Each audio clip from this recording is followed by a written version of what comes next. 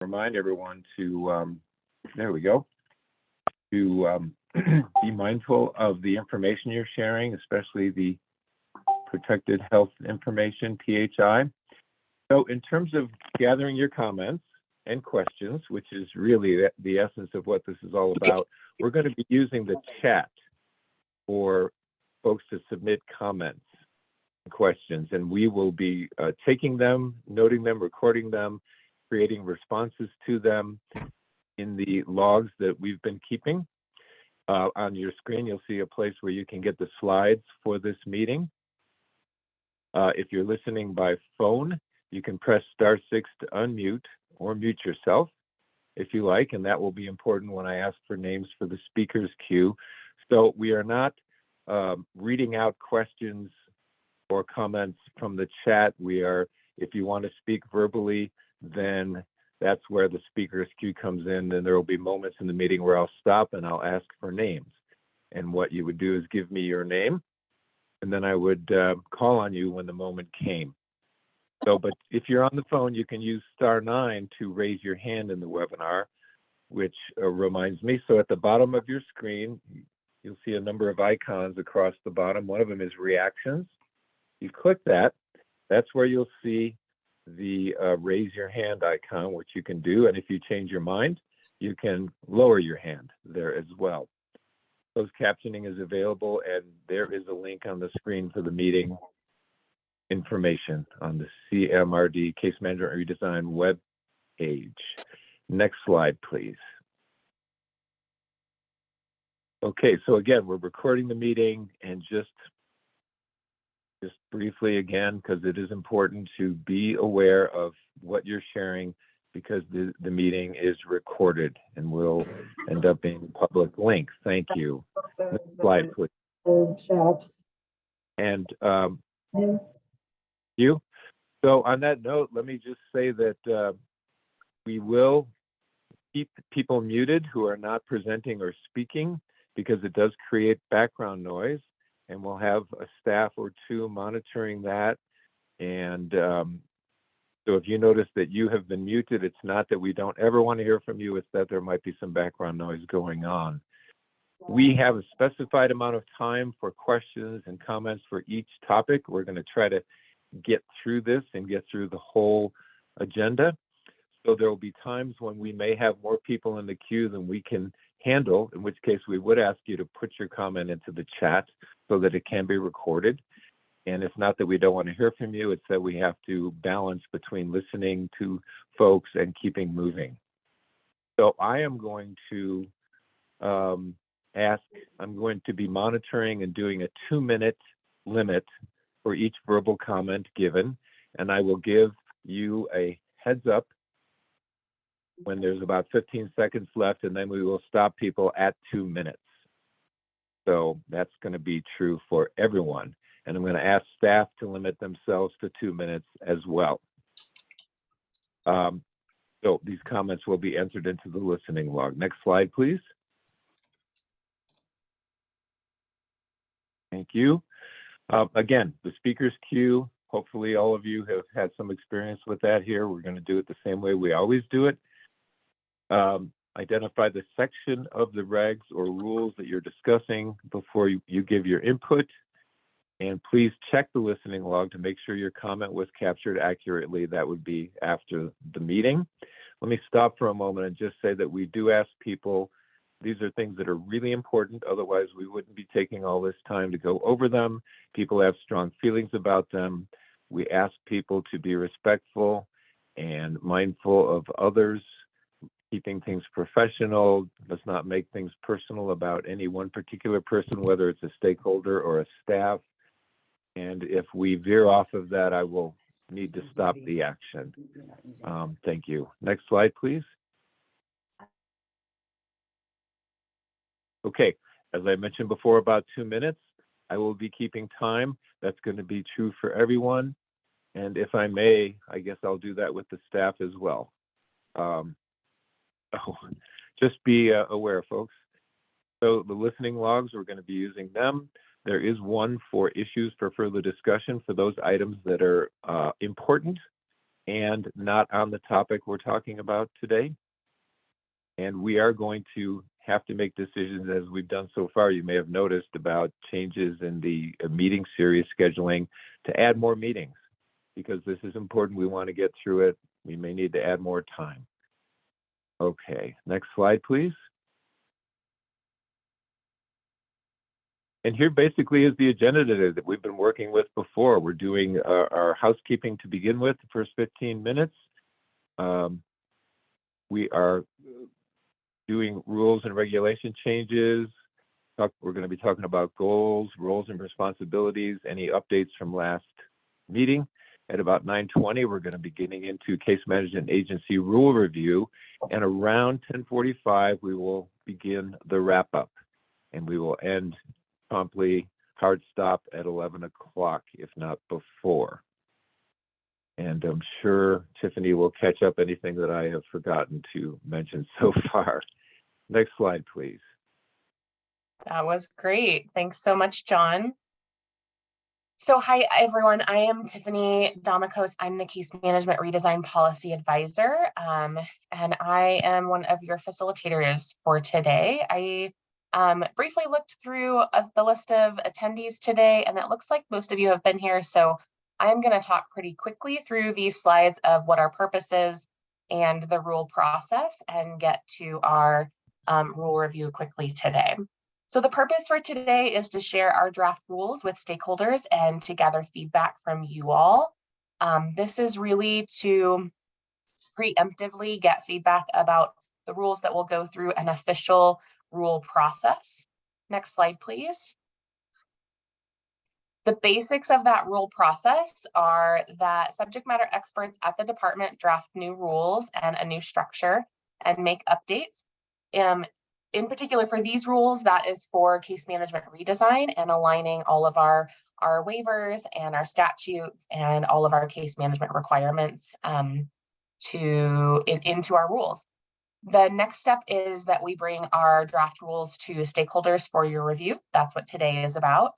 After that, subject matter experts and our healthcare policy and financing leadership incorporate those approved updates, incorporate all of the feedback that has been approved, and then we send our draft rules through an e-clearance process, and then we have our final draft to send to the Medical Services Board. Next slide, please.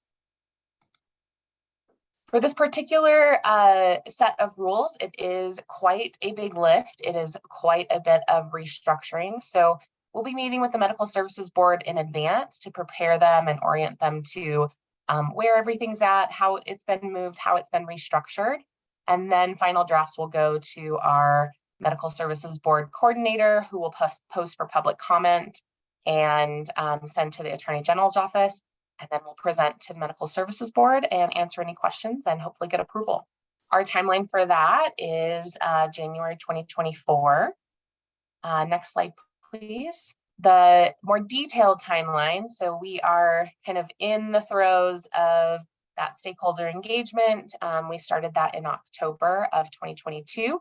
That will end in June of this year. Next, we'll start putting our drafts through clearance, and that should end by September. We'll have our initial preparation meeting with the Medical Services Board in September, and a public comment period in October, and then our final Medical Services Board hearing in November for rule adoption in January. Next slide, please. So the purpose behind this rule structure is to take all of the rules that have been kind of spread out over lots of different areas for lots of years. And next slide, please. And put it into a more cohesive format. So we will actually start with member rights and responsibilities at the beginning of this rule structure. I apologize if this slide didn't get updated. Next will be our waiver and program overall requirements, case management requirements, CCB requirements, surface definitions, and provider requirements. Next slide, please. Our goals are really just to minimize the duplication, to update language, and really help everyone involved to understand their roles and responsibilities. and to have a rule structure that's easy to follow, easy to understand, and that generally just makes sense. Next slide, please. So in some cases, we are looking to just move rules, and the comments we're looking for are questions around, is this a logical place? Is any of this language outdated? Are there errors? Is there better plain language we can use? This is, again, not the place for substantive changes. Changes that might require new statute and requirements in place for case management. So those changes, those policies have already been decided. This is just kind of where those rules are fleshed out, or where those policies are fleshed out in rules, rather. Next slide, please. Roles and responsibilities for these meetings. I'm Tiffany, and Nicolette will be going through all of our rules. John is our Q facilitator. We are just kind of here to keep the conversation moving, to walk through the rule changes, do some timekeeping, make sure that the overall flow of the meeting is going well. And then we also have our subject matter experts. These are folks from the department who are responsible for the day-to-day, kind of overseeing those day-to-day processes and procedures at the case management level for this set of rules. So they'll be addressing questions, concerns, comments. As John mentioned, we are going to be monitoring the chat, and we'll comment when we can or when their time allows. But a lot of the chat will just be recorded in the log, and then the verbal comments will also be recorded in the log and responded to. Then last is HCBS strategies, and they are the ones who are doing all of the teams. So you probably are familiar with them at this point. Excuse me. And they are doing all of our follow-up, assisting with walking through the rule changes, making sure that things are flowing, they're consistent, and they're doing all of the recording of the questions from the log or from the chat and the conversation. Next slide, please. I do want to take a minute and just thank you all for being here. Thank you for all of your comments and feedback. We have 304 lines and counting. So this is great information. This is great perspective for us to get and to take back to our teams. We are anticipating having all of the questions answered by the 1st of July, when these will go through clearance. We will have a meeting next week as a follow-up to case management rules for any of the outstanding issues for further discussion that are out there. So if it will be this time and this same Zoom meeting just next week. And if you do not have that on your calendar, feel free to put it there. We look forward to further discussion. Next slide, please.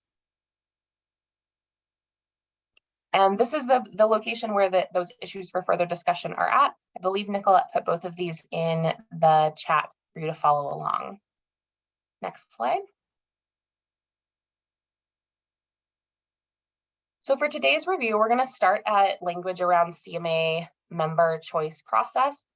So I'll just briefly, well, I'll touch on that in just a minute. We have quite a list to get through. So when you hear John or myself coming on and saying that we need to move on, that's because we do have about 20 pages to get through today. And anything that we don't get through today, we'll try to finish up next week at our follow-up meeting. But we would really like to get through all of these things today. Next slide, please. Real briefly, rules versus contracts versus provider agreements. All of these things are really important. All of these are legal and binding agreements between the department and a case management agency. And so next slide.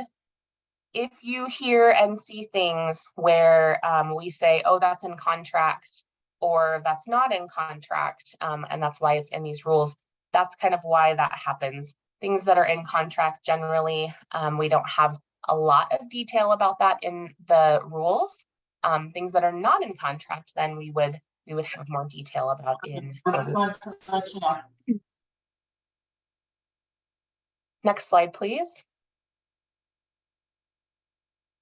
So changes that you'll see today. So I mentioned the choice language. So I did take your feedback back to our leadership at the Office of Community Living, and we have some language drafted.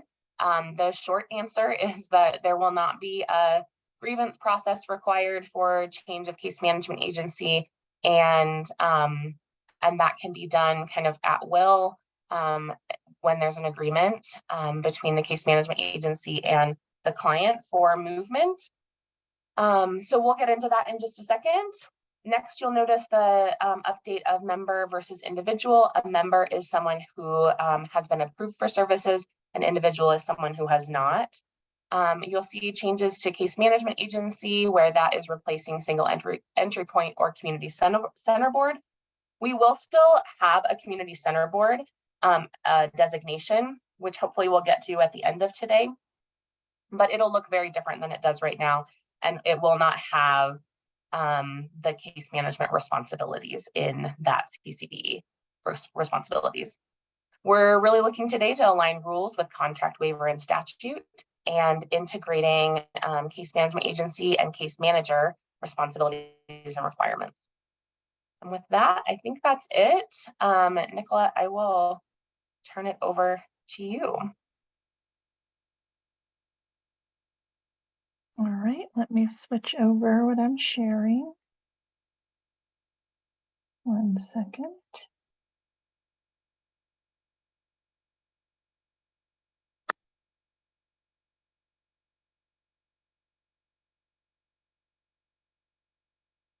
Right, can everybody see this? Mm-hmm. Okay.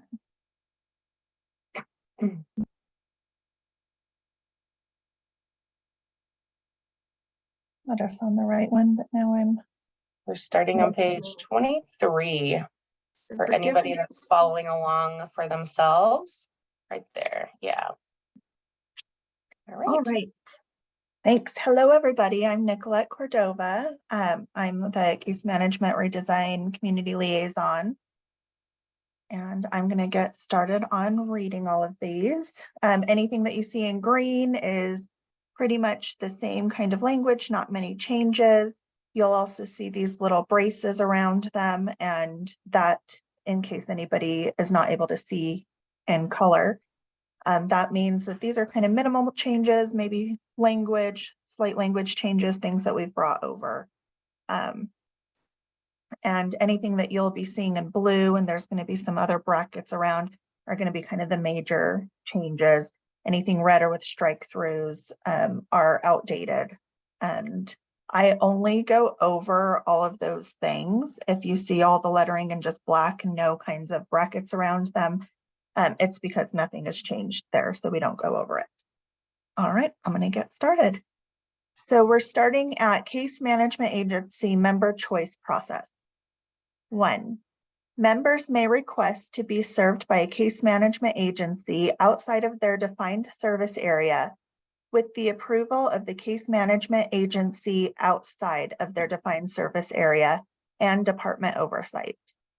2. The CMA shall be willing and able to incur all costs to meet all regulatory and contractual requirements for the members served outside of their defined service area. The department does not provide additional funding for any travel cost incurred by case management agencies that is serving a member in any HCBS waiver or state general fund programs outside of the agency's approved defined service area. 3, the case management agency must be able and willing to provide health and safety checks in the same manner and frequency as required for a member within the defined service area. The department will not allow an exception to in-person assessments or monitoring visit requirements based solely on travel time.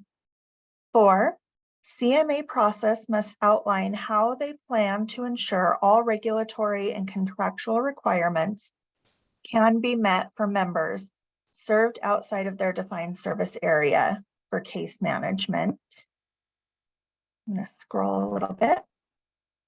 5, the case management agency shall follow the reporting requirements set forth by the department for members being served outside of their defined service area. 6, if a person requires a transfer to a new case management agency for any reason, both case management agencies must follow the transfer process in rules, and then we'll add that section, or necessary procedures to maintain member eligibility and services. And 7, case management agencies shall have a policy and procedure to grant members choice of case manager at their agency. And then we'll pause there for some questions.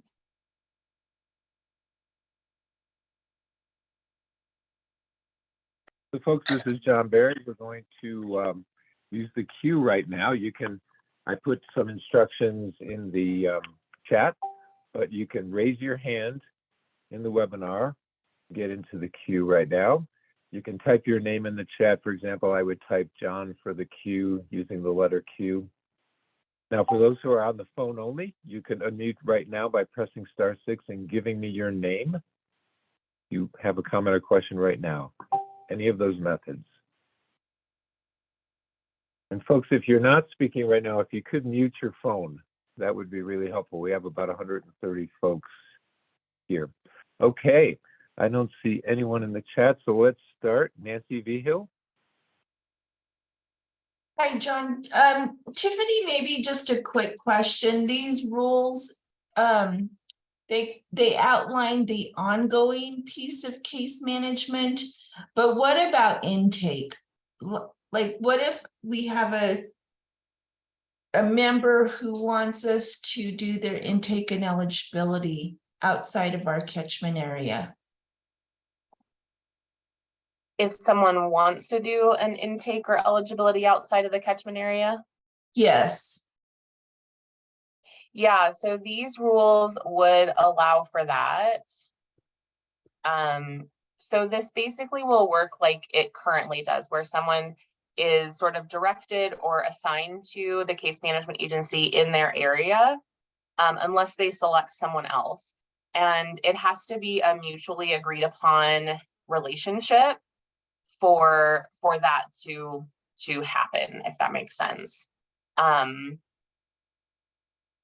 So that would be allowed if the case management agency says yes, and the member or the person would like to be served by someone else, then that would be allowable, as long as the case management agency can ensure that all of the contractual and rule obligations are followed, and the member's health and safety can be ensured. Thank you. Yeah. Okay. Thank you, Nancy. So again, I forgot the first time to say it, but we have about 130 people here. So when you start, you have 2 minutes or less, up to 2 minutes. So thank you for adhering to that. Amanda Lighthizer, please go ahead. Good morning, thank you. I just had a couple of questions. I'm trying to kind of process it in my mind too, but I was looking at Julie's comment in the chat too about making sure that case management agencies aren't denying somebody based on a reason. Maybe it's a complaint that was filed, or the person might be blacklisted, or of course, because of somebody's race. And so I think that sometimes, just kind of thinking that through, even though there is a choice, there is an ask to potentially take somebody, and more often than not, like I know my case management agency is willing to do that. And so just kind of want to think that through a little bit, and knowing that there are some pretty strict requirements in here, but sometimes we're asked to serve people outside of our catchment area for a particular reason. So just kind of want to put that out there. And then I also wanted to receive clarification on number 2. When it talks about additional funding travel costs, we do reimburse for mileage. Is there a cap on that? Like if, for example, you're in the Denver metro area or in a different area, and maybe you're serving somebody that is in an adjoining catchment area, like just trying to think about like what those additional costs might be, and how that would be monitored and what's allowed. Yeah, those are great questions. I will have to take that back to the team and the rates. I don't know enough about the rates and the details of that to speak to that. I'm not sure if any of the other case management staff on here have that information, but we'll take that back. I think the intention is to say that the funding that we have been allocated is for case management agencies to serve their particular defined service area, and that any costs that would be required to serve someone outside of that area, the department would not be allowed to reimburse for that. That's my understanding. We'll put it in the log, and I will take it back to the team who oversees our rates and make sure that that is accurate. Okay, thank you, Amanda. Let's see. Maureen Welch, you're next. You have up to 2 minutes. Go ahead, please. Hi, this is Maureen Welch. Can you hear me okay? Mhm. Okay, great, thanks. I wanted to request something from the department. Last meeting, we asked to keep the rule as it is currently. So I would like to request of the department a crosswalk comparing the current rule for choice of case management with this proposed rule so that we could compare the two side by side, please. I think that would be very helpful for this group. And number two, I served in 2014. Yeah, I'm old. On the conflict-free case management work group, it was 9 months of work. And we had clarification from CMS that should a member feel unable to be objectively and fairly served by a case management agency in the state of Colorado, that the state of Colorado via HCPF was the case management agency of last resort. So I just want to remind the department and have that sent back to the department, and perhaps creating a option at the state for people that are unable to find unconflicted, neutral, objective, quality case management amongst the contracted case management agencies, that the state of Colorado, by federal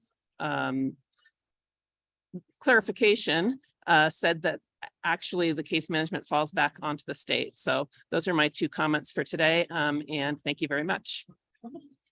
Thanks, Maureen. We will take those back and update those as we can. This is John. Tiffany, that's all we have for now for the queue. This is Yeah, Maureen. I'm sorry. Could I just jump in? I just saw a comment from Julie that we may need several different crosswalks for the different types of HCBS waiver case management. So maybe you can add that to my comment. Thank you, Julie, for that. Sure. Thank you, Not a Maureen, but problem. I will not to jump in like that because with 130 people in the meeting, we can't be doing that. So we are monitoring all the questions and comments that are in the chat. Thank you. Tiffany? Are there more comments that we need to take for this section?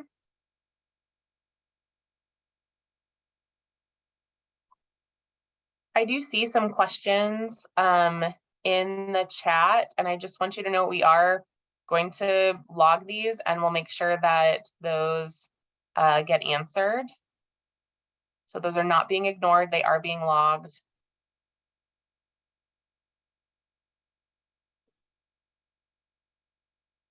All right, Seeing if there's no nothing more- else, yeah, then Yep. we'll keep moving. All right. State general fund transfers.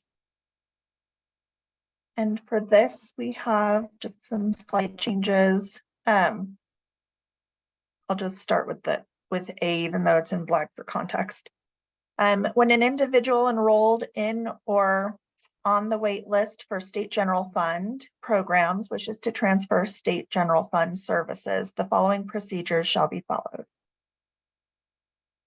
B, all transfer activities outlined in, and then that reference will be in there, shall apply to state general fund programs. Then 1, and again, this is going to be outdated reference to be updated or removed. The originating case management agency will send the state general fund individual support plan to the receiving case management agency, where the receiving case management agency will determine appropriate state general funding. Then it goes on, by reviewing the state general fund individual support plan in the department's prescribed system. And then we have just most of these, then the rest of it is just the language changes from CCB, Community Center Board, to Case Management Agency.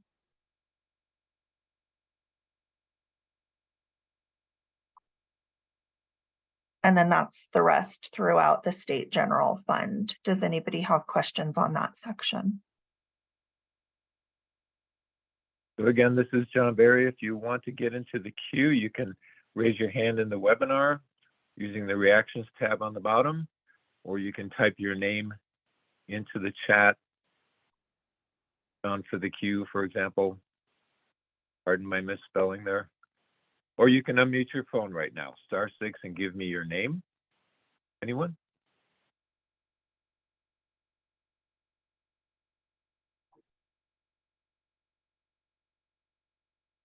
Okay, we have one, Pat Carney. Please go ahead.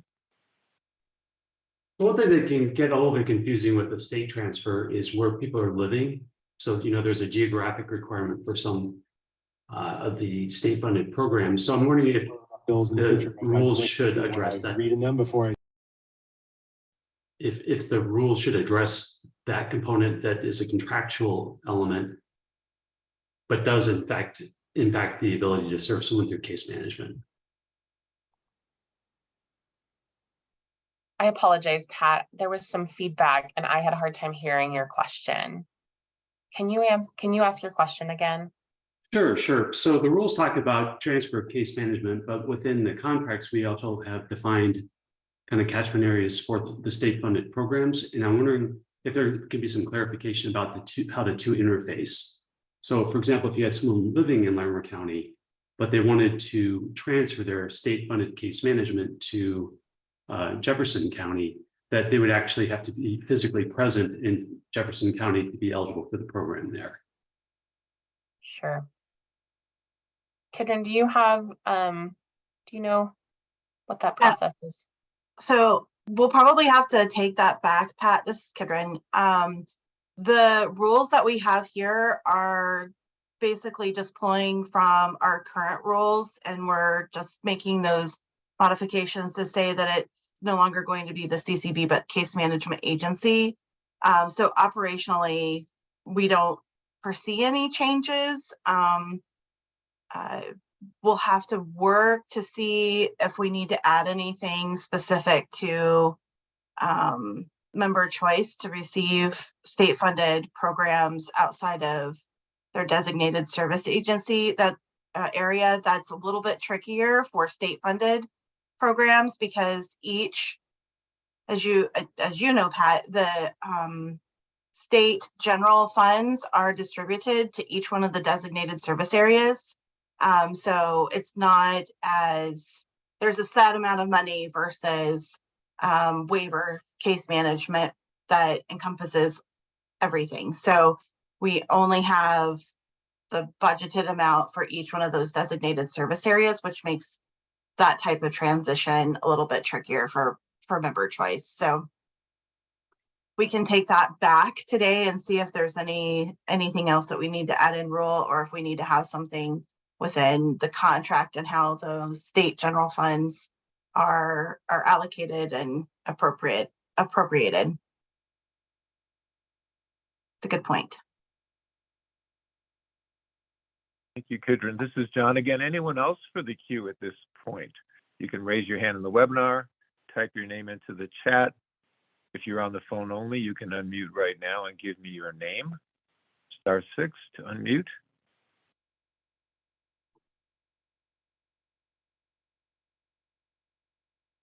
Looks like all for now.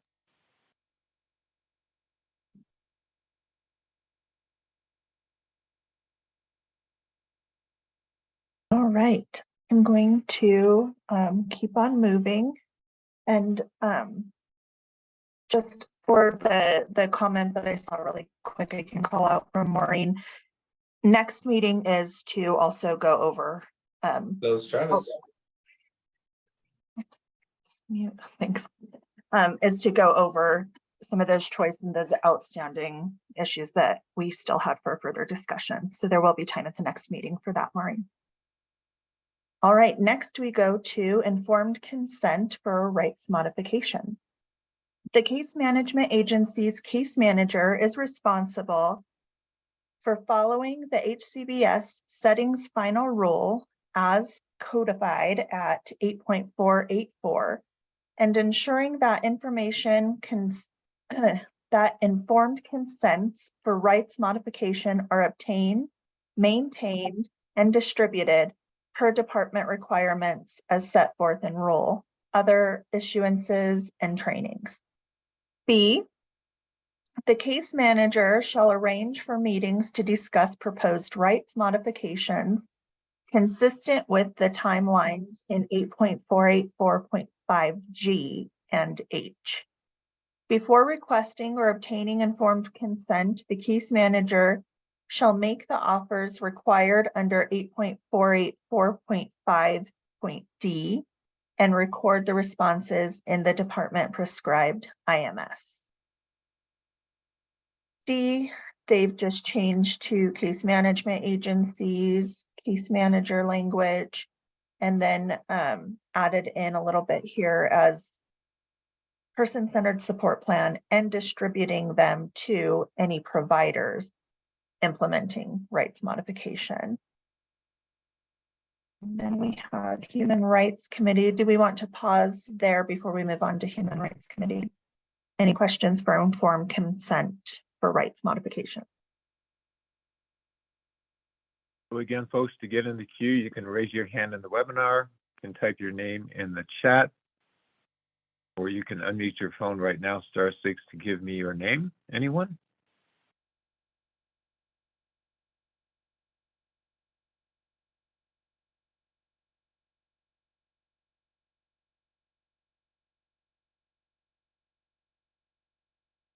Okay, thank you. Looks like no one right now, Nicolette.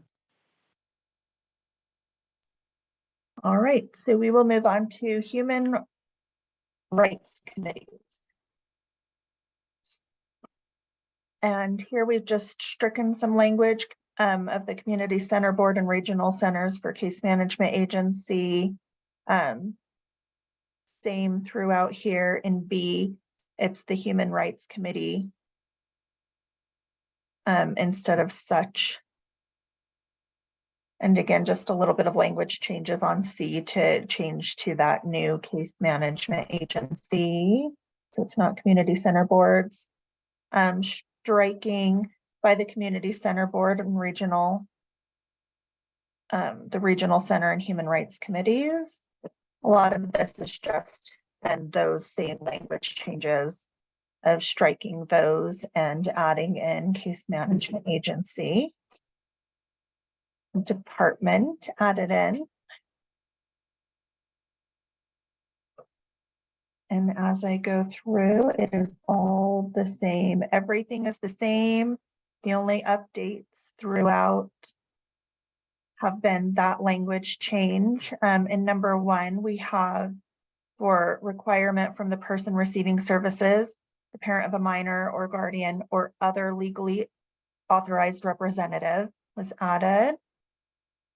And in here we have for number 2, modification of the rights of persons receiving services occurs only with procedural safeguards as stipulated in sections 8.604.3 and 8.484, and continued modification of such rights is reviewed by the individual, their guardian or other legal authorized representative, and the rest of the member identified team at a frequency decided by them, but not less than every 6 months. And 3, psychotropic medications and other prescribed medications used for the purpose of modifying the behavior of members receiving services through the DD waiver are used in accordance with the requirements of section 8.609.6.d.7 and 8. And that is it for our updates to the Human Rights Committee. Are there any questions here? Folks, if you do have a question or comment, you can raise your hand in the webinar, type your name in the chat. Again, unmute your phone right now, press *6 as an alternative, and give me your name.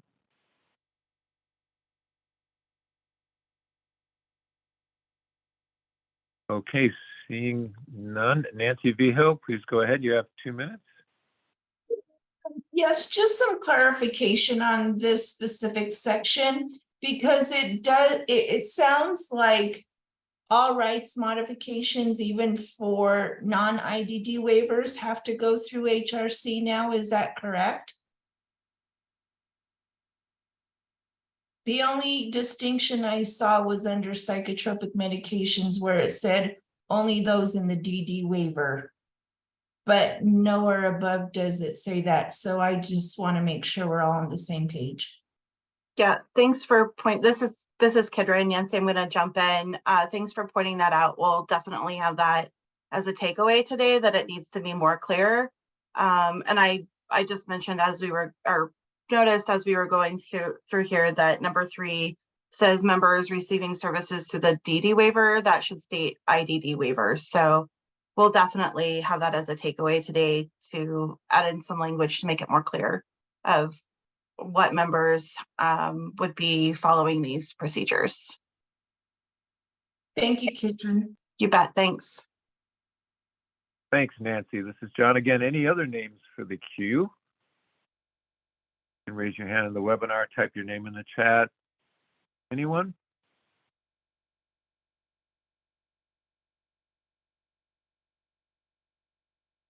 Okay, Nicolette, seeing no more for now.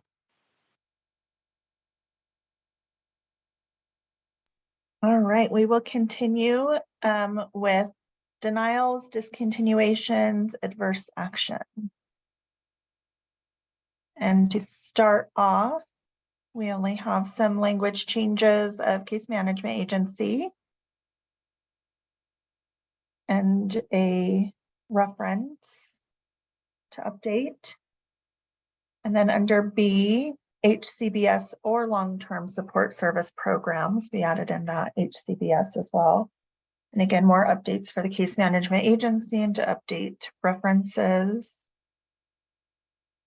functional eligibility and target group. We're just updating that language there for case management agency. And instead of notice of service status, long-term care waiver program notice of action is added in for, and I'll give context, sorry, the case management agency shall notify the individual of the denial or discontinuation of appeals rights by sending long-term care waiver program notice of action. And then under A, we've also added the HCBS and long-term support service programs. And under 3, receipt of service, it's the same. We are getting rid of we're just adding in the case management agency shall notify the individual in appeals rights by sending the long-term care waiver program notice of action. And then just striking the SEP agency does not receive the completed professional medical information page because we are all going to be under one case management agency. This is the new language. Number 4, institutional status, the case management agency, just that updated language again that you'll see going forward for the now long-term care waiver program and notice of action. And adding in more case management agency language. Under E is the same as the updated language. F is the same for updated language. G The case management manager shall notify all providers of the support plan prior to discontinuation and no later than within 1 working day of the discontinuation. The case manager shall follow procedures to close the individual's case in the IMS within 1 working day of the discontinuation for all HCBS programs. I also just has the case management agency, J, case management agency, updated language. And then that is it that I see for changes. Throughout that, we can pause for any questions. Okay, this is John again. If you have a question or comment, you can raise your hand in the webinar again, type your name in the chat. Or if you're on the phone only, unmute your phone right now. *6, give me your name.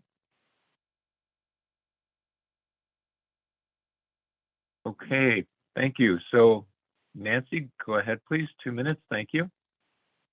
Yeah, just clarification. I think rule 8.057 is still going to be in effect, and that we'll have to send notice for someone's, when it's not an adverse action and someone is eligible for services. Is that correct? Kidron or Ryan, do you have an answer to that question? Otherwise, we can take Yes, that back, Nancy. Nancy. Oh, go ahead. Yep, this is Ryan. Yes, so you'd still send notice of action approvals because you're notifying somebody of their start date for a program and an approved program.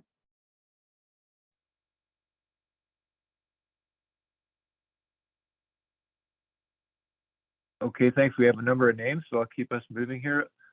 Liz Parr, please go ahead. You have 2 minutes. Yes, I just had, I guess, a request or is it possible, it's very confusing when a person, we need to close the case because of financial eligibility, and yet there's no formal way or standard way of notifying an individual. Could we finally address that, or are you just going to leave it up to case management agencies to figure out how to let them? It just seems like it doesn't wrap up nicely for us to just close a case and then figure out how we're going to communicate that with people. So Liz, you're asking for some more detailed requirements for like noticing someone when you're closing their case? Right, because way back when I made the mistake of sending an 803, which they weren't appealing because of that. So there's not a formalized process for, we're not officially as a case management agency making the decision to terminate them based on functional or targeting criteria, but because they don't meet the financial. I know there used to be some type of formal letter that SEPs used, but that was discontinued. It just feels really awkward to just say, go ahead and close the case, but not have a standardized way of informing people. Sure. Great. I think that's great feedback that we can take back to the team working on these rules, and we'll see what we can come up with. Thanks, Liz. And we Thank can you, Liz. also mention this to the team that's working on the CCM, because it may be more appropriate to try to incorporate that as a business process in the case management system rather than to try to address it in the rules, and that might limit what you are able to do, the optimal solution. Thanks, Steve. Okay, next up is Amanda Steingieser. You have 2 minutes. Go ahead, please. Yeah, I just wanted to make a comment on G, where it says prior to discontinuation and no later than within 1 working day of. That sounds contradictory, so I don't know if there's a different way of saying that would make a little more sense, but it just seems a little contradictory. Okay, thanks, Amanda. We'll look at that language. I think the intention is that it doesn't have to be within, but that the one working day is sort of the last opportunity to be prior to discontinuation. But we'll try to clarify that. I appreciate the feedback. Okay, thank you, Amanda. Jerry Froney, you're up next. You have 2 minutes.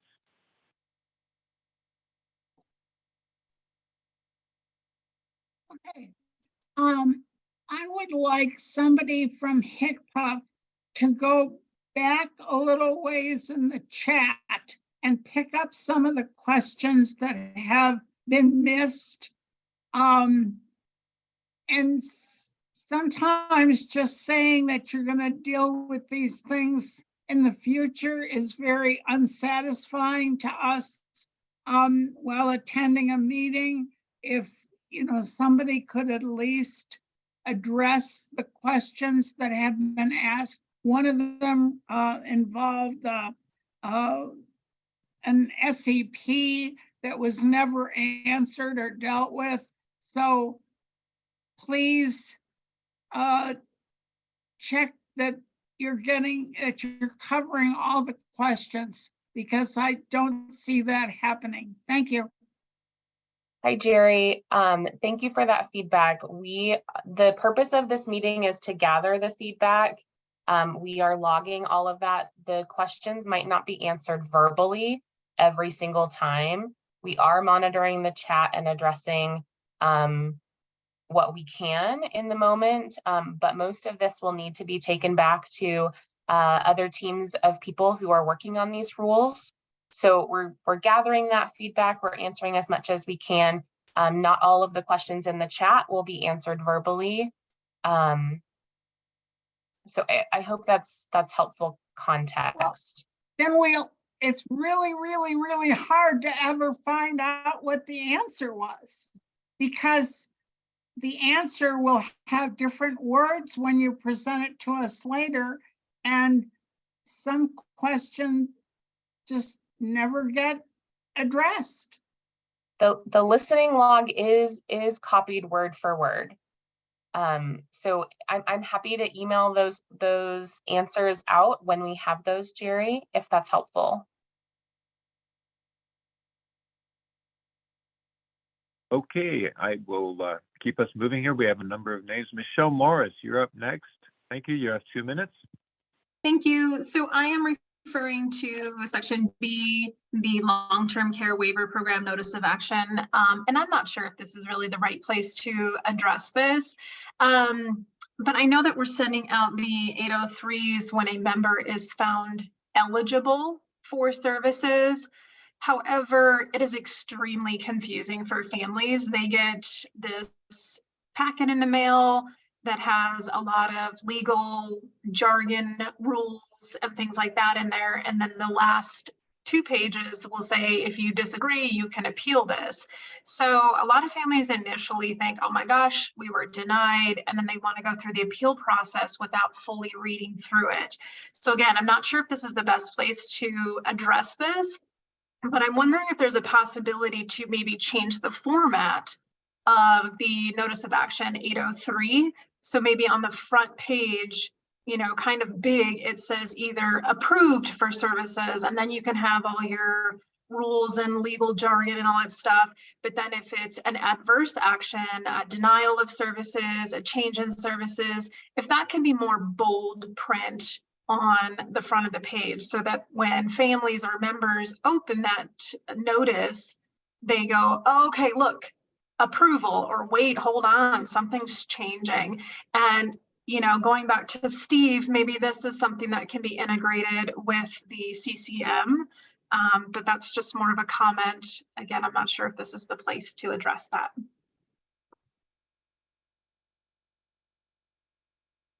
So Michelle, this is Kidron. I'm happy to jump in here. Those are fabulous suggestions, and we actually are going to be, when we launch our new care and case management system, you will see new templates for our notice of action letters, and they do exactly what you suggested. So I'm happy to report that we are on it, and in the new system, those letters will be formatted more plain language, more member friendly, because we do recognize that there are situations where families are a little bit confused with the current letters that are sent through our current IMS system. Okay, thank you, everybody. So this is John managing our time. We are going to take the 3 more comments in the queue currently, Betty, then Pat, then Nancy, and we will move forward. Betty, please go ahead. Thanks. You have 2 minutes. Thanks, John. So when I see denial letters and they refer to sections of rules, what I would love to see is remedies, like suggested remedies, like you're not eligible based on finance. You're not eligible based on, when you say disability eligibility, being more clear because the scores were not below 70 or whatever it might be. It's just so cryptic that people don't really know what to do. So there's nothing giving people an idea of here's your next steps. If you can say you can appeal, but they don't understand, what am I appealing? I don't have enough detail in here to know why I was refused service. So that's my request, is give us some detail so that we understand the actions that we need to take. And yes, plain language is lovely. And I totally appreciate those comments, but there's no direction afforded to families or to individuals who've been denied. Direction would be wonderful. Thanks for that comment, Betty. I think to Kadrin's point, they're working on making that more plain language and having really clear options for families. So I think we're aligned on that. Thanks, Betty. Thank you. So Pat Carney, you're up next. Thank you. You have 2 minutes. Sure. And within the denial section, I was wondering if you could clarify what letter F is intending to do, where it says the case management agency shall notify the case management agency. I guess I'm not clear what function that is serving. That's a great question. And it must be a typo. I am guessing it is perhaps, this isn't about transfers though. So maybe it's supposed to be provider, but regardless, I think to your point, that perhaps is a typo. We'll take that back. Thanks, Pat. Thank you, Pat. Nancy Vigil, you're up next. Thank you. You have 2 minutes. Yep, thank you. Kidron, this question's probably for you as well.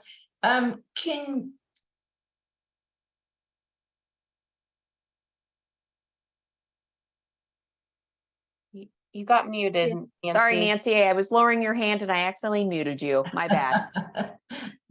No worries, Rayanne. Kidron, can we put some language in there about PACE and nursing facility disenrollments to HCBS? We get a lot of confusion about that specifically because nursing facilities want us to quote backdate. I mean, not nursing facilities, ACFs want us to backdate, and it becomes very difficult to manage in those situations. And we understand the urgency, but there has to be some type of process where we're notified. The case management agency is notified very timely to make sure that we get these intakes completed and processed through. Yeah, thanks for that, Nancy. I know that transitions from HCBS to PACE or PACE to HCBS is really tricky right now. A lot of that trickiness comes from things that were done to the CBMS system due to the public health emergency and people not being terminated due to the public health emergency. So that is probably a little outside of what we want here in rule, but certainly something that we can try to put out some communication regarding those transitions. And I anticipate that with the ending of the PHE that we'll have some system changes that help those situations. Thank you. You bet. Okay, thanks, everybody. Nicolette, we're ready to move forward. Wonderful. Thank you, John. All right, we are now at support to members and families receiving services related to dispute resolution with providers. In section A, it is just the language change to case management agency. Under A number 4, services set forth in the person-centered support plan instead of IP. Not many changes here. And in the gray Code of Colorado regulations, the 10 CCR 2505, 10 8.600 Medical Service Board 32, the above named persons may dispute such actions by filing a complaint with the agency and initiating the action. Upon such complaint, the procedure set forth in section 8.605.2.e and the following provisions shall be initiated. And those, as you can see, if they are grayed out, are areas requiring further review. And not many changes at all. As we scroll through, that's it for that section. I know that there wasn't really any changes. Do we have any questions though? I do want to just make mention really quickly, excuse me, that there are a couple of sections that should have case management agency updated.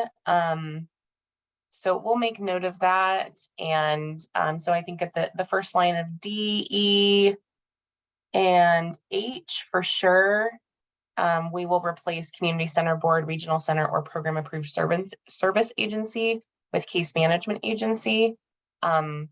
This is currently in the rules, as you can see that it's black.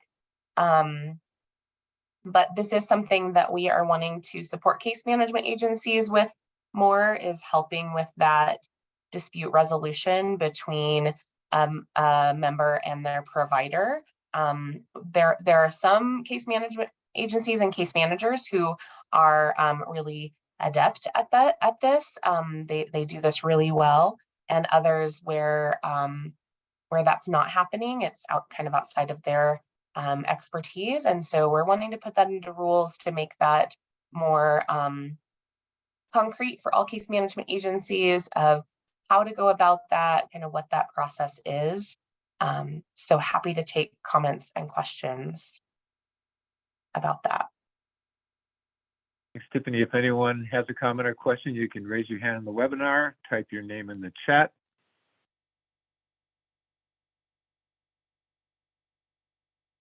Okay. Nancy Vigil, please go ahead. You have 2 minutes. Thanks. Maybe just a comment, Tiffany, on this specific section, really, what does a case management agency, like what kind of authority do they really have over providers? And really,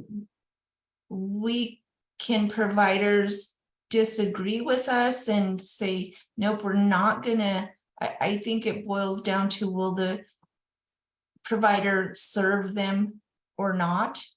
And really, what authority do we have over them to say, you shall provide services?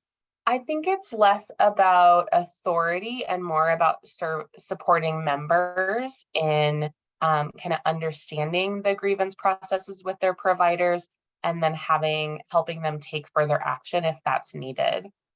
So I think it's mentioned here. Let's see, dispute resolution processes, and then the dispute resolution involving the department. So the case management agency would just support the member in going through that process when they have a complaint or a disagreement with a provider.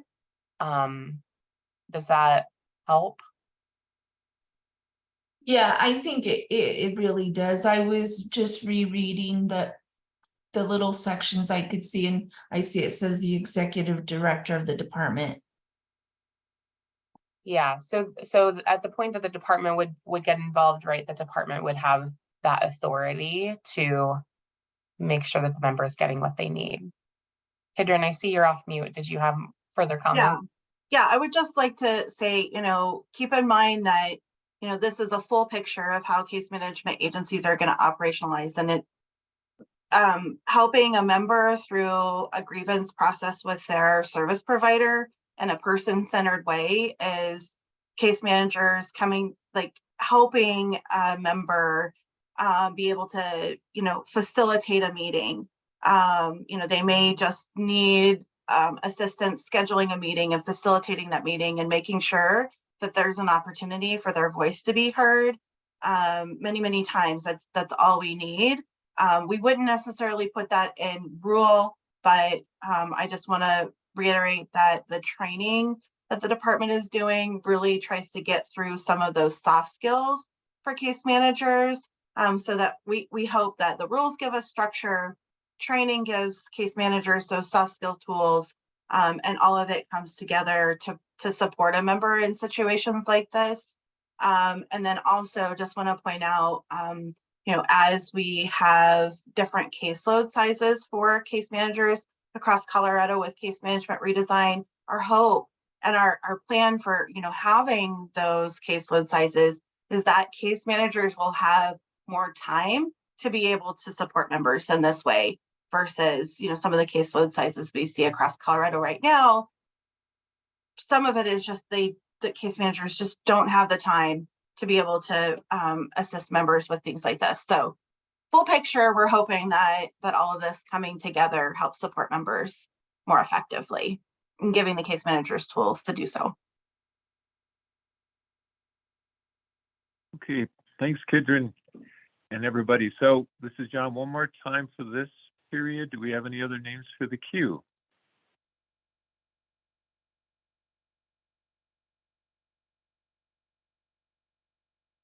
Okay, looks like we're through with the queue for now.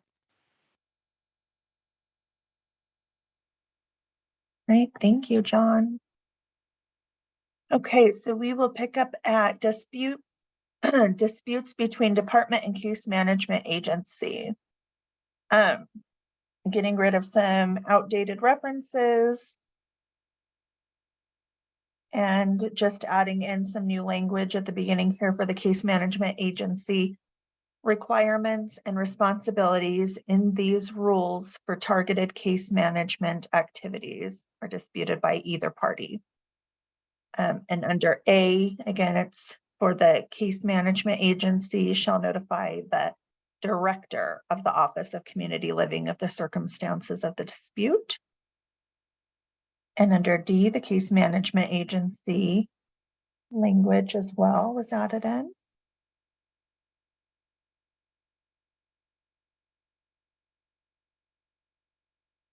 And then notwithstanding the dispute, the case management agency, that's just more of that language that we're updating. And then under the 8.7206.3, nothing in this procedure shall prohibit the department from initiating corrective action rather than revoke designation of community center board program. And under 8.7206.4, our new add-in is disputes related to administrative case management activities must follow the process outlined in the case management agency contract. And then before moving on to continuous quality improvement, do we have any questions regarding this section? Okay, this is John again. Thanks. So if you do have a question or comment, you can raise your hand in the webinar, type your name in the chat. We haven't had anyone who's been using their phone to unmute to give their name, but obviously that's an option too. Anyone?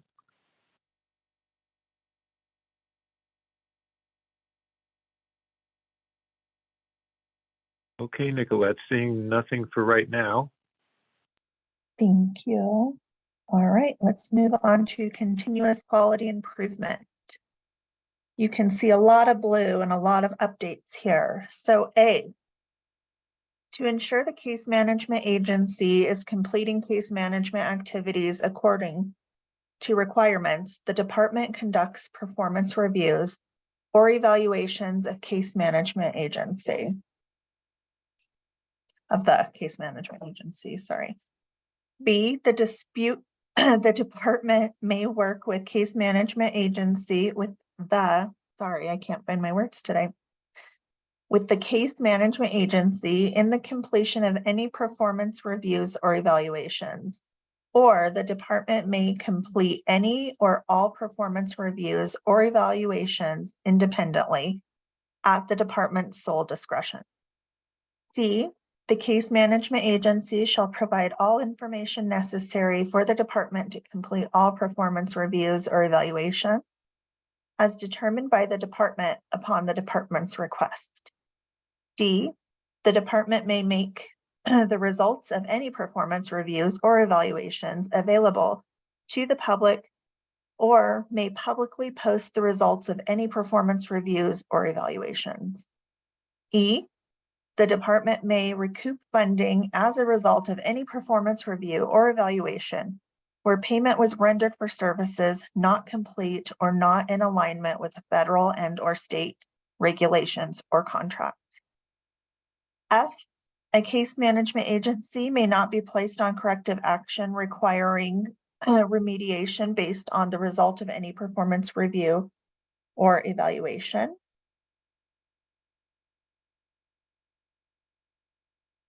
Nothing new under G. Under H, just the case management agency satisfaction survey. We've just updated throughout 1 through 5, the case management agency language. Number 6, the survey results shall be provided to the community and advisory committee for advisement regarding follow-up and community engagement. And number 7, the survey results shall be provided to the department upon request. So we will pause there for any questions under the Okay, we have- continuous quality improvement. Sorry. We have one so far. Any other names for the queue? You can type your name in the chat or raise your hand. Webinar as Betty has done. Anyone? Okay, I'll keep monitoring that. Betty, thank you. Please go ahead. You have 2 minutes. So I noticed that current CCBs carry out the same mistakes over and over again. So even though the state may get involved and say, don't do that or correct them, will there be any kind of an accounting for the number of times that a case management agency continues to do the same, commit the same problems over and over again? Because it seems that this is handled one case at a time, so that there's not an accounting of they've had the same egregious behavior 12 times in 1 month. Maybe a training should happen, or there's just no accounting for the number of times that the same behavior occurs repeatedly. And I'm wondering if that is going to be part of the continuous quality improvement. Thanks for that question, Betty. Ryan, are you available to answer that question? I am. Thanks for your question, Betty. This is Ryan Lubitz. I'm the quality and training section manager here at the department. And so, yes, right now, when we're looking at the current landscape of case management, there are over 40 plus agencies providing case management. And so when we identify an issue, problem, or concern, we're doing a more approach of right now of really looking and seeing what's going on, seeing if it's a one-off issue or a more systemic issue, and then addressing that through a corrective action plan and or training. In the future state of case management, when we have 20 case management agencies, that is really when my team, and I've recently hired more staff and to staff up for this, But my team will be able to then do statistically valid sample sizes of the 20 case management agencies on performance areas every year versus doing, like a 5-year rotation based on capacity.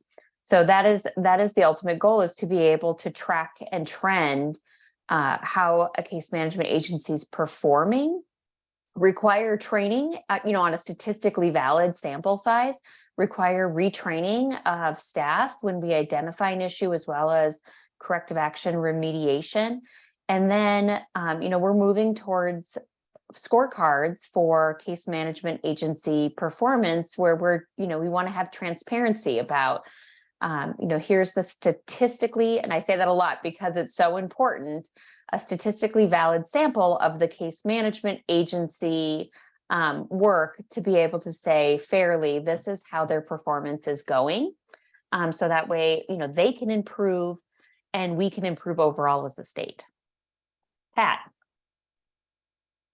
Sure, just a question about the setup of this section about the surveys.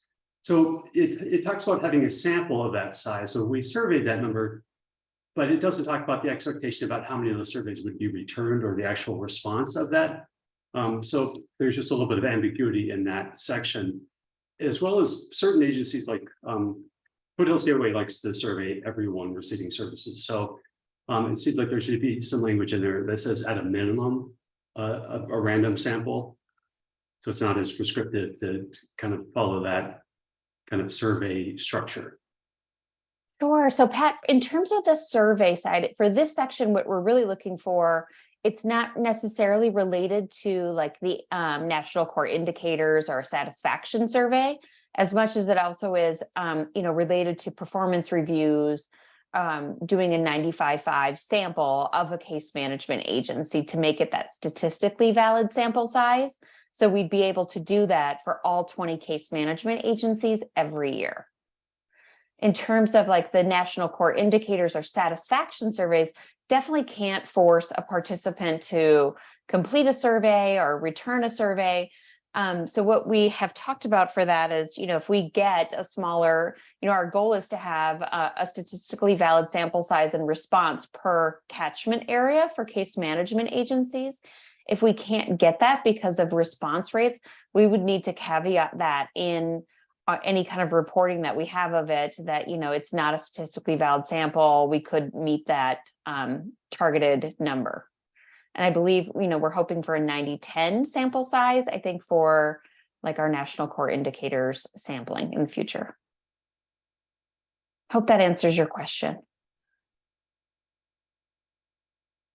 Okay, thank you, Pat. So Tara, you're up next. Thank you. You have 2 minutes.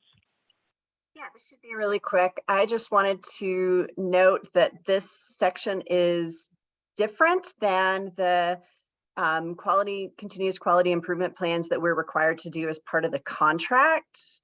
And so I just think it might be helpful to have different language, just something to clarify.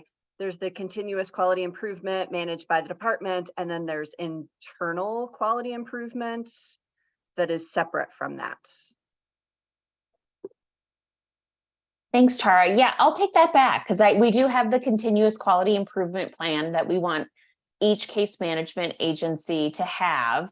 And we're going to be working to try to, streamline those continuous quality improvement oversight in those plans that each CMA submits to the department for review.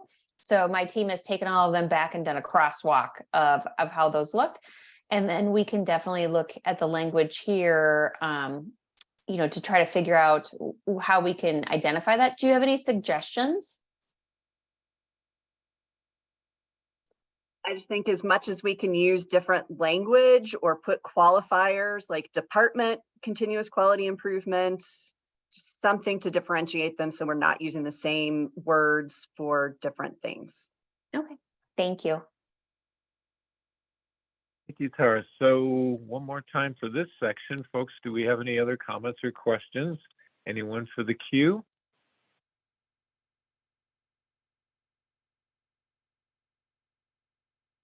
Okay, seeing none. Nicolette? Thank you. All right, provisions of state program services. The case management agency is responsible for the administration of state plan long-term support service programs, including the state supported living service services, OBRA, and family support service programs in accordance with, and we'll put in the update rule, regulations and contract. At all the requirements associated with these programs and all the requirements associated with these programs, including but not limited to Family Support Council, development and maintenance, rates for state SLS and monitoring of services, PASSAR, and other requirements.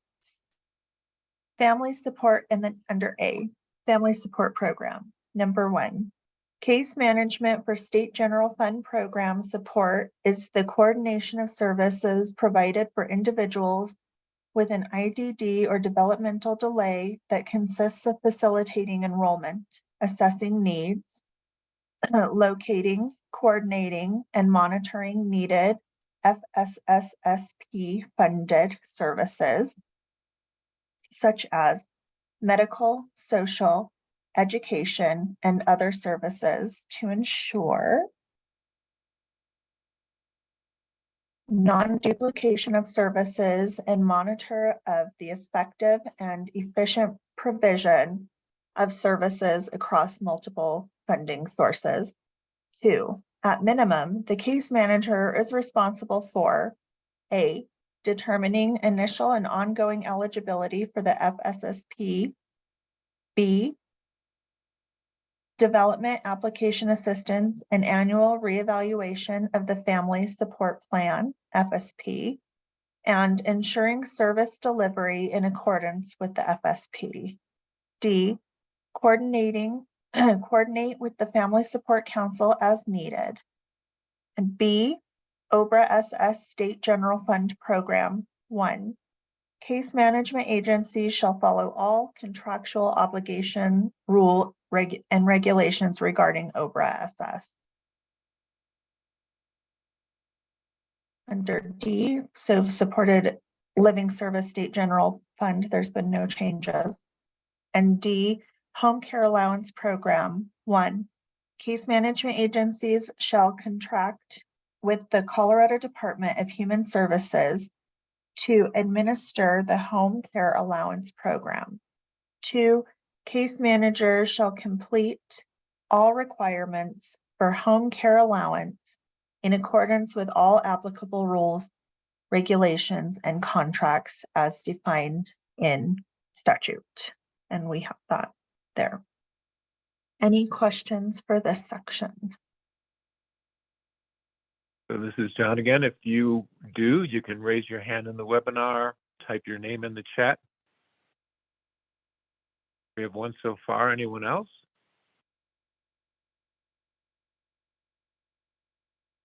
Okay, we'll start with Betty. Thank you. You have 2 minutes, Betty. Just wondering, there's nothing in this section about being denied for eligibility for family support, just as part of when you're issuing denial letters, what families can do, what they need to do in order to become eligible. So I was hoping perhaps you would add that to this section about what the case management agencies are supposed to do. If a person applies, they're deemed ineligible, what does a family or client do at that point? Thanks, Betty. We'll take that back. I appreciate that comment. That's a good call out. Thanks, Betty. Anyone else for the queue at this point? Raise your hand, type your name in the chat. Okay, seeing no more for now, Nicolette. All right, we'll keep moving. To organized healthcare delivery system.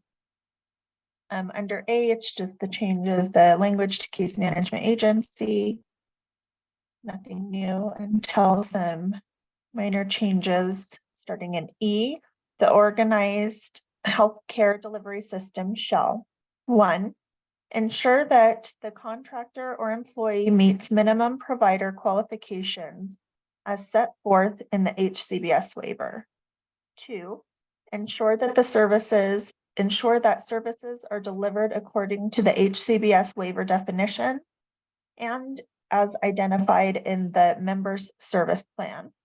3, ensure the contractor maintains sufficient documentation to support the claims submitted.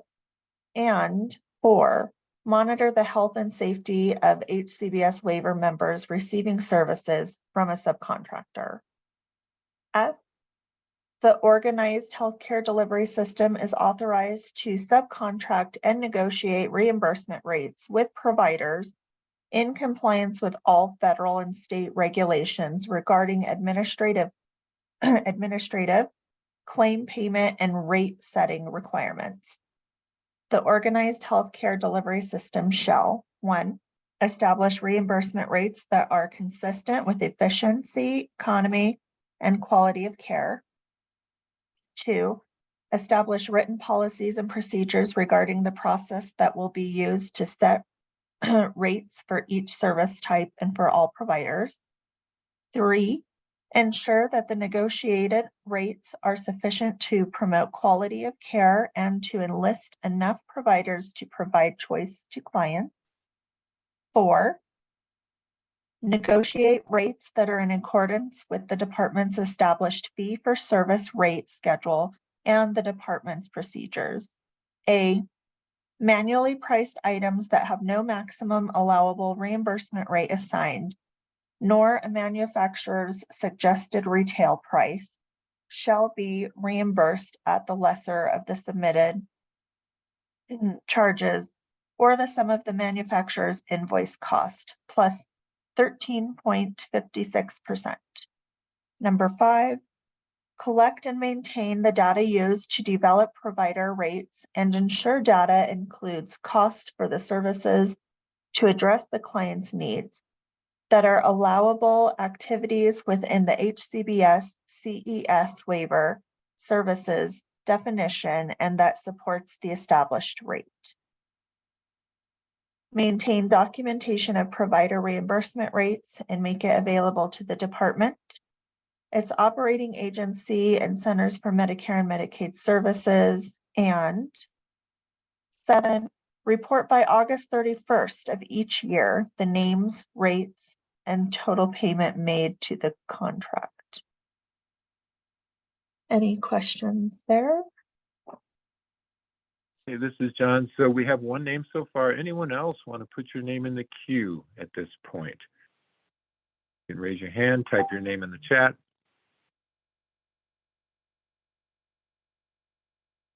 Okay, I'll keep monitoring that. But let us start with Julie. Thanks, Julie. You have 2 minutes. Thanks. Yeah, I am totally confused with this whole thing because providers enroll directly with Medicaid and have Medicaid rates. So where is it that the SEP or the CCB or case man or whoever can negotiate rates with providers? Like, where does that happen? Because I thought that hasn't happened for like years and years and years. So Julie, my understanding is this is just for the organized healthcare delivery system. And that is just for specific services. It's not for all services. I believe there's a memo that I can send with more information about that. But this is— Yeah, I'd just like an example, like, because I don't know where or how that ever happens. So I just would like any kind of example of where that happens or what organized delivery system we still have. So like I was gonna say vehicle modifications are one.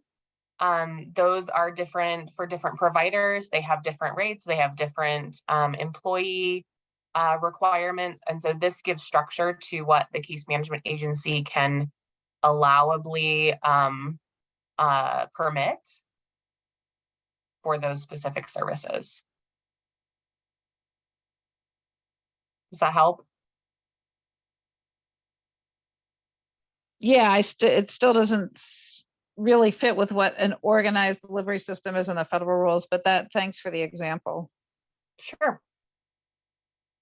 Okay, Thank Pat you, Carney. Julie. Yeah, Pat, please sorry, go ahead. John. Thanks. Oh, that's okay. So in number 5 on that, can you tell me why the CES waiver is called out specifically? I just made a note to myself that it shouldn't be. It should be all waiver services. So these were pulled from the CES waiver section of the current rules.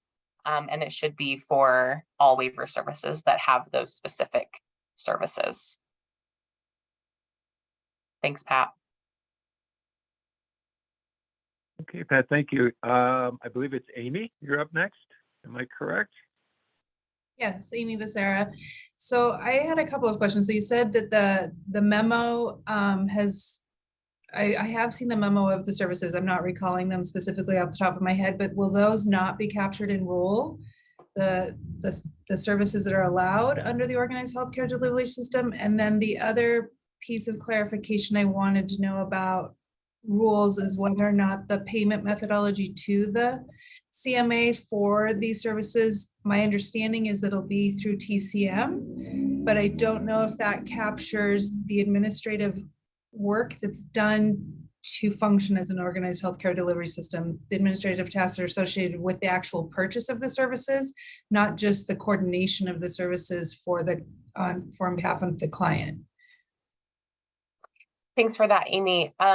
So your first question, the services that are allowed in OHCDS will be captured in the service section, not in the case management section. So these are just the case management processes. And then your second question about the rate, I believe this is covered in the ongoing case management rate. But as far as reimbursement, I think it's a dollar for dollar reimbursement, but we'll log that in our questions and I'll get confirmation for that. Yeah, so just so that I'm clear, there's kind of two components of functioning as the organized healthcare delivery system. Sure. One is the coordination of that service, which would be an ongoing case management activity.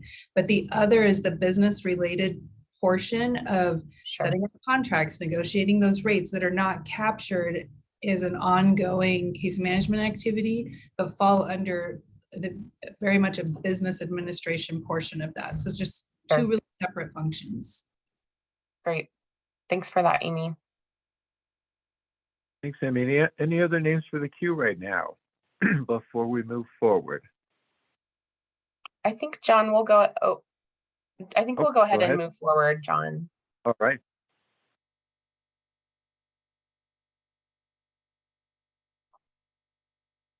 All right. Member and client documentation and record keeping. This one, so far looking throughout, has the updated language of switching from clients to members. And then striking just the HCBS EBD service and just making it choice of services. And then again, all throughout, we've done the same, switching from client to member.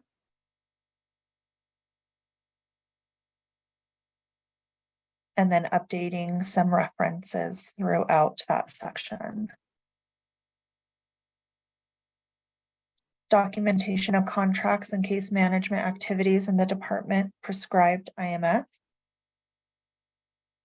We've just stricken designated representative, so it's just authorized representative, and then updated that language of case management agency. So not many. Let's go ahead and do the communication section.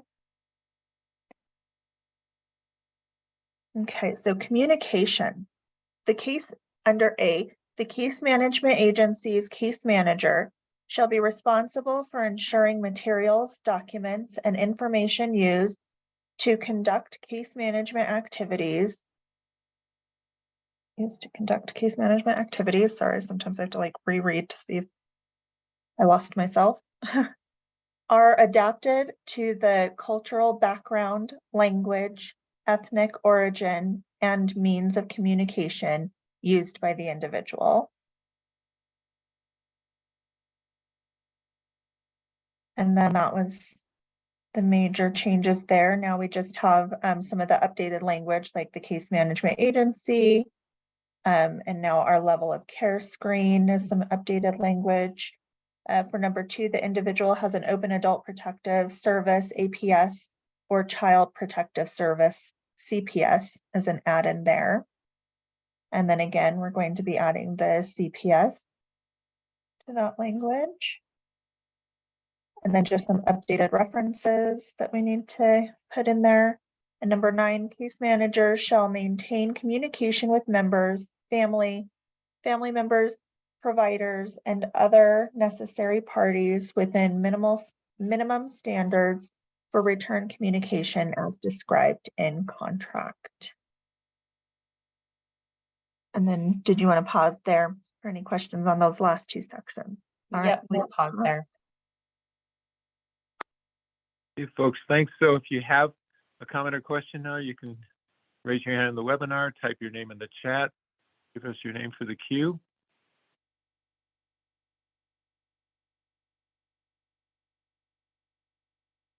Okay, seeing Pat, I'm not sure if your hand was raised from before, Pat, but have 2 minutes. So this is a new comment, and it just has to do with the tension that exists in that first section around the responsibility of the CMA to provide materials in the person's preferred language. I'm just wondering where the responsibility rests with HCPUF also to develop documentation that is a HCPUF official form that should be done in a variety of languages. Thanks for that, Pat. I know there are projects going on right now to make those updates at HCPUF. So I will pass that along to the team. I know our intention is to have as much available as possible. So yeah. Thanks for that comment. Thanks, Pat. Any other names for the queue? Again, you can raise your hand, type your name in the chat. Anyone?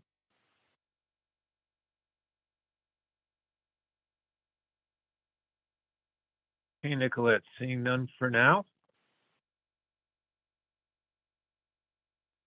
Oh, I started talking before I unmuted. Nobody knew it.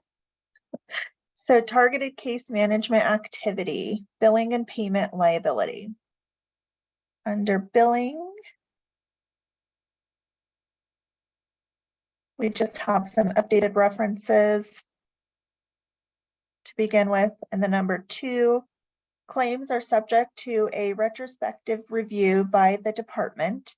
If the department identifies a claim reimbursement not in compliance with requirements, the amount reimbursed shall be subject to reversal of claims, recovery of the amount reimbursed, or suspension of payments. And then to update, we're going to update the references there. And then for targeted case management services, for instead of just for persons with developmental disabilities, it's just, we've stricken that throughout and then just kind of added in for long-term support services. I guess there's probably just this that I noticed that the services is behind long-term support services already redundant. Number 4, instead of listing out some waivers here for the HCBS, we've just put in HCBS waiver program and then updated some language for that case management agency piece. And under 6, we've just also updated some references, and B, exclusions, we've done the same thing. As for that is it for those. Let's see, we can keep going through payment liability. And this one we've just kind of added in that same language that you heard above. The department policies and procedures shall result in the reversal and recovery of reimbursement. And then updated the case management agency language.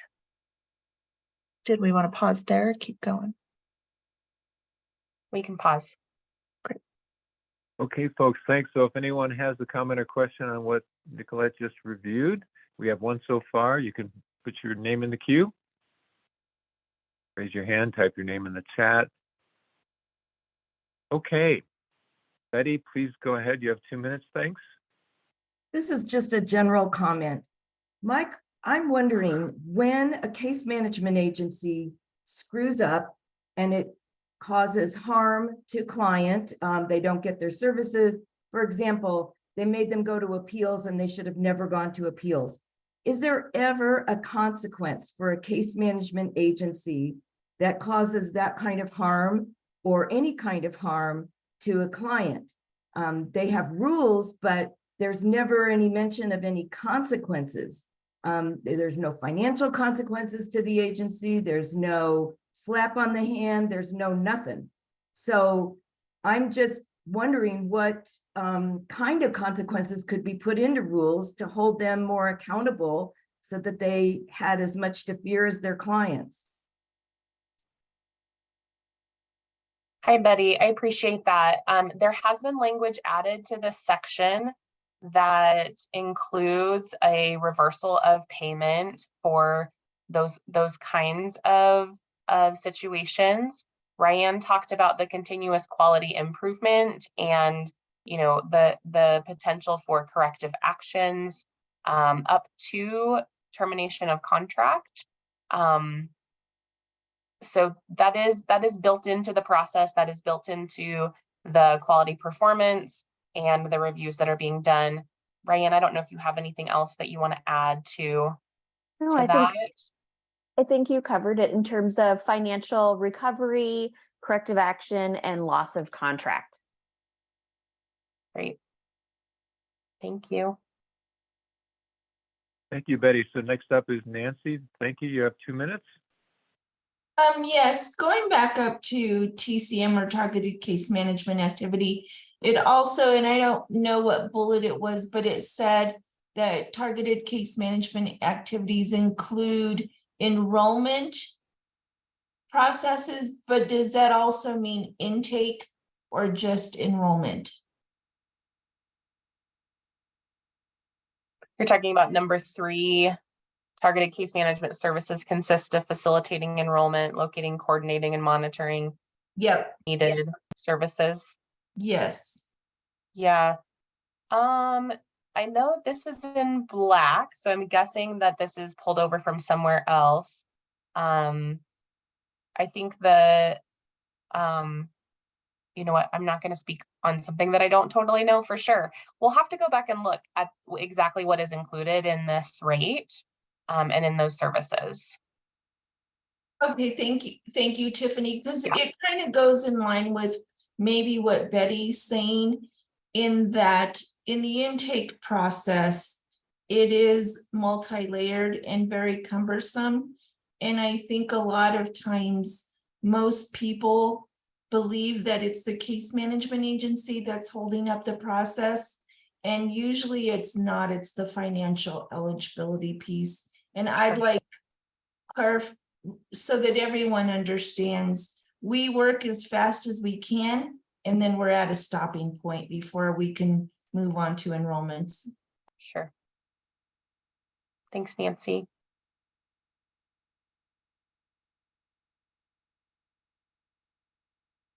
Okay, we're at the end of the queue for now, Nicolette. Thank you. Just as a note, the person-centered budget algorithm and resource development, we have the placeholder for that because there's a team working on those rules. So we will move to case manager requirements and responsibility.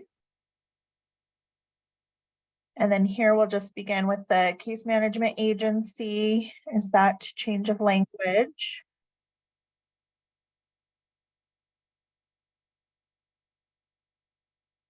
And just a couple of updates that we need to add in for references. And again, just the case management agency, updated language. So nothing really changing there. Then we have functions of the case management agency supervisor, supervision of case managers. And to begin that, we're just also kind of changing the language there for the case management agencies. added in the approval of indefinite lengths of stay in nursing facilities pursuant to, and then to update that reference. And really not many changes there. Do you all want to pause or keep going through kind of just these minimal changes? Yeah, if we can go through training, that would be great. And then, yeah, training of the case management agency staff. Again, all throughout, it's the same language. Nothing is changing there except for adding in the case management agency piece until community center board. Any questions regarding any of those? Okay, we have one name so far. Anyone else for the queue? Raise your hand in the webinar, type your name in the chat. Okay, let's start with Betty. Thank you, Betty. You have 2 minutes. I'm sort of stuck on this. So if a case management agency or their agent, the case manager, makes a representation to a client or potential client and they're wrong, and it is to the detriment of the client believes them or the individual believes them and they were wrong, and so there's harm. Where do we find what the remedies are for the individuals? When you say, oh, well, that could result in them losing their contract. Probably not. But the individual who has been given bad information by a bad actor to their detriment, what are their remedies? And where do those appear in your rules? Hi, Betty. Thanks for that. There is a section on member rights and responsibilities and what someone has a right to. I don't know if Kidron or Ryan, if you have a specific answer to that question. Betty, this may need to be something that we put in our issues for further discussion and talk more about next week at our follow-up meeting. Would you be okay with us putting it there so that we make sure we have the right people at the table to answer that question? Yes, it's just, it happens fairly often and people don't know what their remedy is. It's, we need a remedy on an individual basis, not just on an entire agency basis. Sure. Yeah, I appreciate that. And just thanks, Betty, for that question. Thanks, Tiffany. I would just really quickly say, that's really where we want our grievance procedure rules to come into play. And the policies and procedures that each case management agency has to address grievance processes is really where we're going to have the meat and bones of what happens in those types of situations. So we have statewide rules, and then what is outlined in contract, and then how we approve or look at and review the case management agency policies and procedures. And through that lineage, we want members to be able to know what they do in those situations. But yeah, we can definitely discuss it further.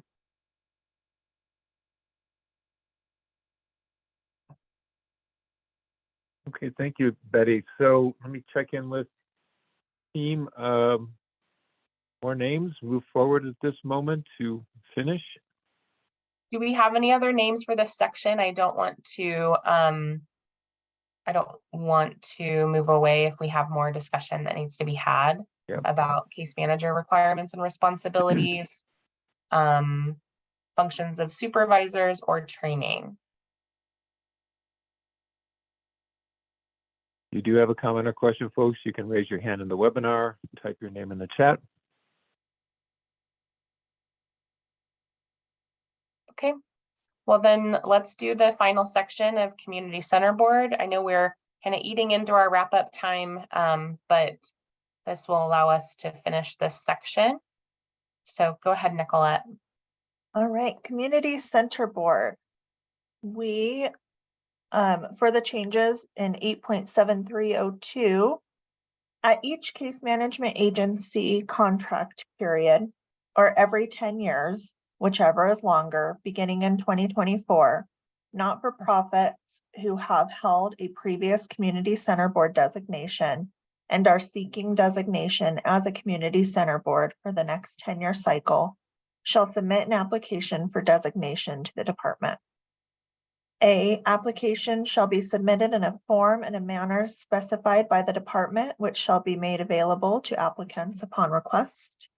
B, the department shall notify all applicants by email to the Community Center Board Executive Director of the designation or non-designation.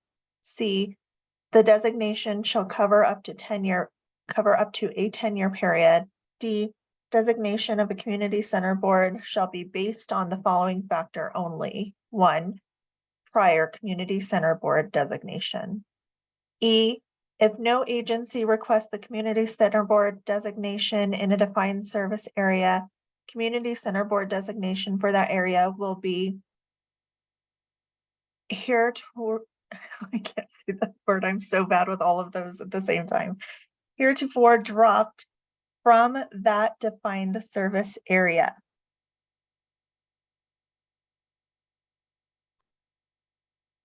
And we have concluded these rules for today. Any questions? Folks, again, if you want to make a comment or question at this point, please either raise your hand in the webinar, type your name in the chat. Like we have a name, we'll get to you, Pat. Thank you. Anyone else?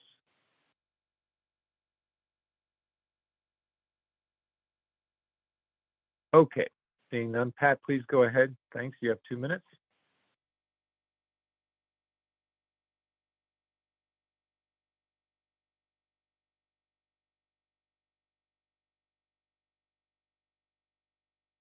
Sorry, it took a while to unmute. I just had a question about the length of time for the contract. At 10 years seems like an awfully long cycle for any contract.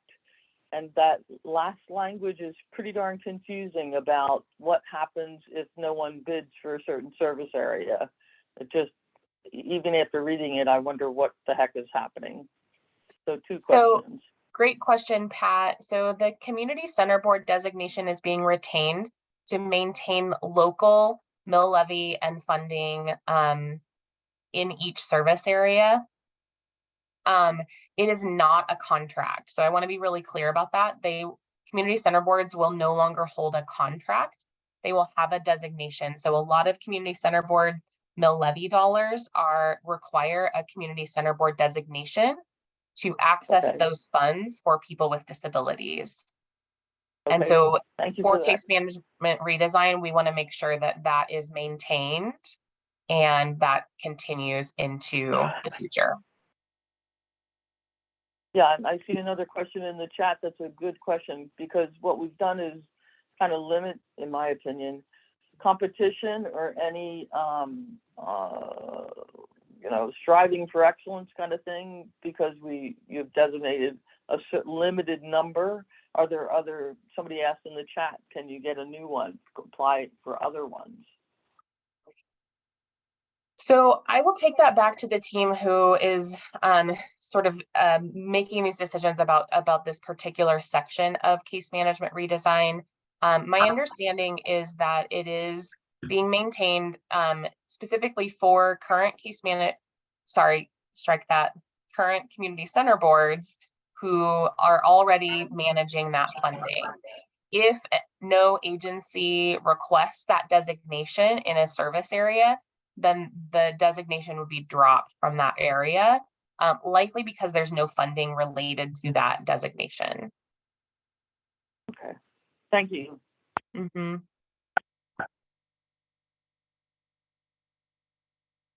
Anyone else for the queue? Raise your hand in the webinar, type your name in the chat.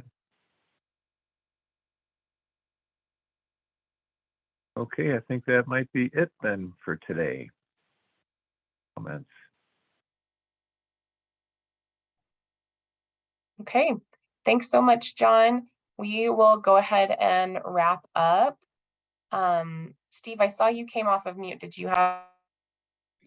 No, the only thing I was going to mention, and Julie just had something about this CCB. So if there's no mill levy, then there's no CCB necessity. And that appears to be the case, that if you wanted to change the CCB, it's up to the local entity that's assigning the fund, that they could choose to assign the fund to a different entity if they wanted to, but the state really does not have any control in this area. So they tried to set it up so they weren't going to mess up anything that was happening at the local level. Yeah. Okay. Well, thank you again all for your participation today. Again, we will have a follow-up meeting to these rules that will address the issues for further discussion next week. Same time, same place. It'll be from 9 until 10:30. We will have Office of Community Living leadership here to help address questions and kind of longer term vision around those specific issues. So as far as the rules, then we will reconvene in 2 weeks. So on May 16th at 9 a.m., we'll begin reviewing the provider requirements. And we have the benefits team who will be here as our subject matter experts. Thank you so much, case management team, for being here. Thank you, HCPF subject matter experts for being here. Really appreciate everyone's participation and look forward to seeing you all soon. I'm going to give you all a minute for anybody who would like to copy the chat.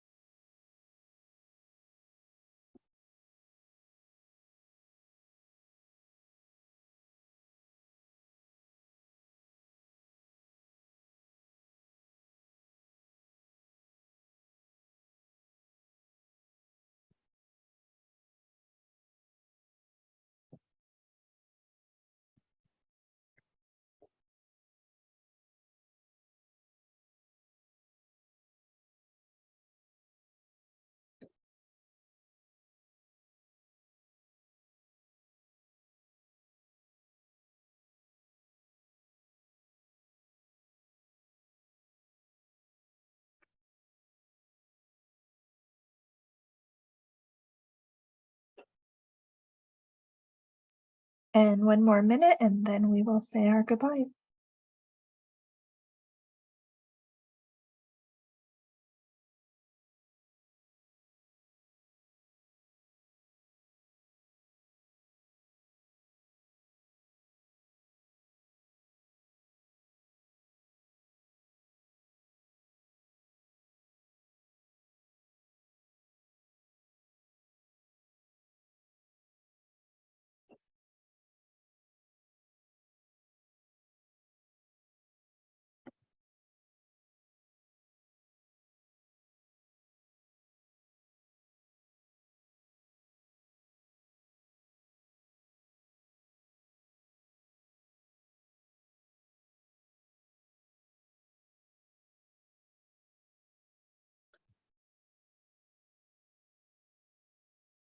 All right. Thank you so much, everyone. I hope you have a wonderful rest of your day and week.